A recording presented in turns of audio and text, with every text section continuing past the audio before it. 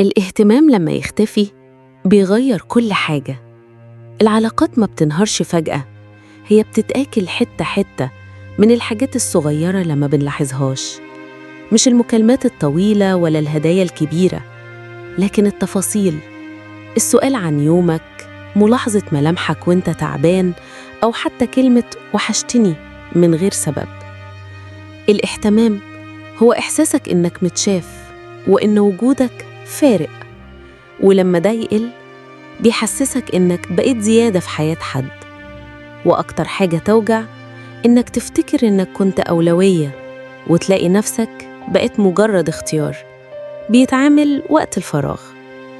وساعتها تبدأ تسأل نفسك، هو أنا بطلت أستاهل الاهتمام ولا هو اللي ما بقاش شايفني؟ يمكن هو تعب، ويمكن أنا عديت على باله عادي من غير ما يلاحظ. بس في الآخر الإحساس بيفضل يوجع. الاهتمام مش رفاهية، الاهتمام هو اللي بيخلي العلاقة عايشة. من غيره بنفضل مع بعض بجسمنا، بس روح العلاقة خلاص بتختفي. وساعتها التعود بيبقى ياخد مكان الإحساس.